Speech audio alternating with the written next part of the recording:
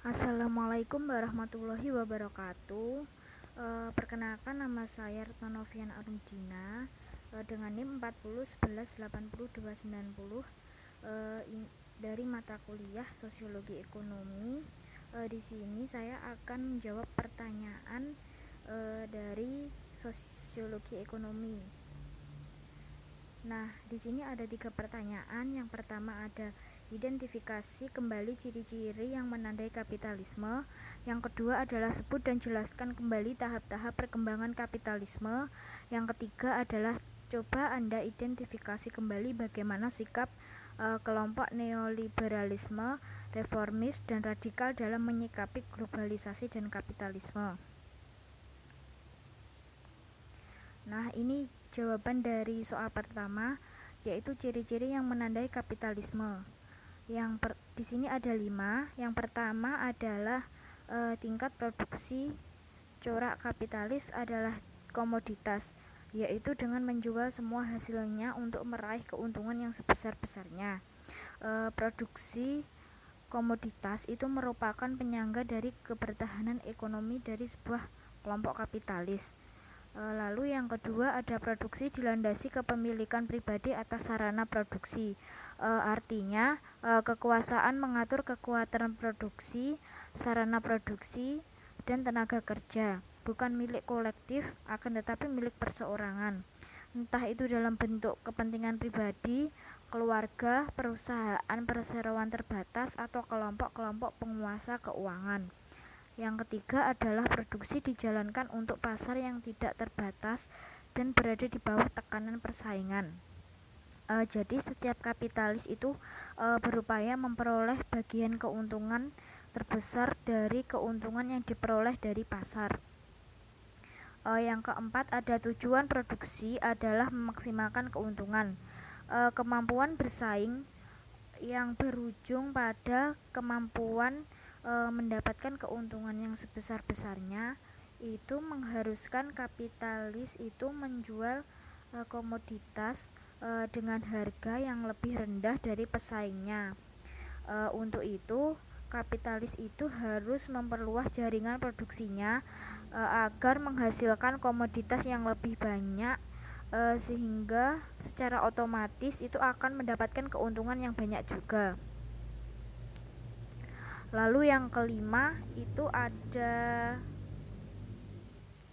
produksi kapitalis adalah produksi untuk akumulasi kapital.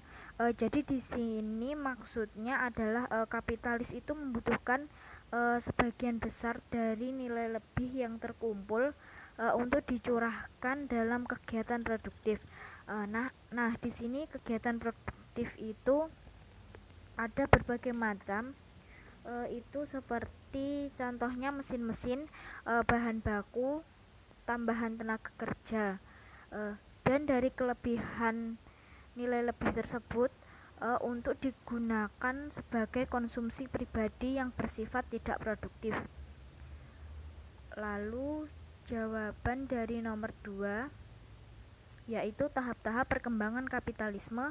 Di sini ada 4. Yang pertama ada kapitalisme murni, yang kedua kapitalisme industrial, yang ketiga kapitalisme monopoli, yang keempat adalah kapitalisme lanjut. Di mana kapitalisme murni itu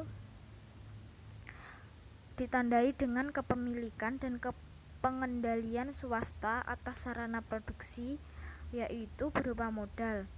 Di mana aktivitas ekonomi itu digerakkan untuk mendapatkan keuntungan yang sebesar-besarnya. Yang kedua adalah kapitalisme industrial, di mana kapitalisme industrial ini dicirikan oleh seperangkat hubungan sosial antar kelas yang memungkinkan kapital melakukan eksploitasi terhadap kelas sosial yang lain. Yang ketiga adalah kapitalisme monopoli, di mana dalam kapitalisme monopoli ini ekonomi seseorang atau segelintir kapitalis itu mengendalikan suatu sektor ekonomi tertentu, dan di mana pada tahap ini iklim persaingan sesama pelaku usaha dan pemilik modal itu berkembang semakin ketat dan melahirkan sekelompok kecil pemilik modal yang kuat, yang lebih mampu menguasai pasar. Selanjutnya adalah kapitalisme lanjut, di mana pada tahap kapitalisme lanjut ini menunjuk pada bentuk kapitalisme yang datang dalam periode masyarakat modern dan kini sedang mendominasi era postmodernisme seperti sekarang ini.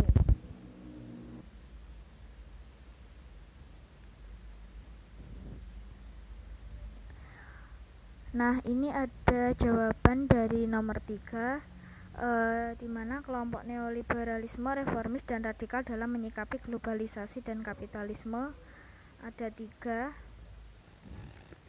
Yang pertama adalah menurut kelompok neoliberalisme menyikapi bahwa peran pemerintah dan lembaga multilateral itu perlu dibatasi dan hanya sebagai fasilitator. Jadi pemerintah dan multilateral itu hanya sebagai perantara saja, dan yang terpenting peran kekuatan pasar harus diperbesar untuk mengendalikan perkembangan globalisasi. Yang kedua adalah kelompok reformis dalam menyikapi globalisasi dan kapitalisme itu kelompok ini menaruh harapan besar terhadap peran kekuatan pasar dengan dikembangkan tindakan dan berbagai bentuk regulasi untuk membatasi kemungkinan terjadinya praktik monopoli. Lalu yang terakhir itu kelompok radikal, di mana kelompok ini menawarkan revolusi sosial sebagai jawaban atas ancaman globalisasi dengan memulihkan keseimbangan ekonomi dan integrasi budaya demokrasi. Terima kasih. Sekian yang dapat saya sampaikan dari pertanyaan tersebut. Apabila ada kesalahan, saya mohon maaf. Wassalamualaikum warahmatullahi wabarakatuh.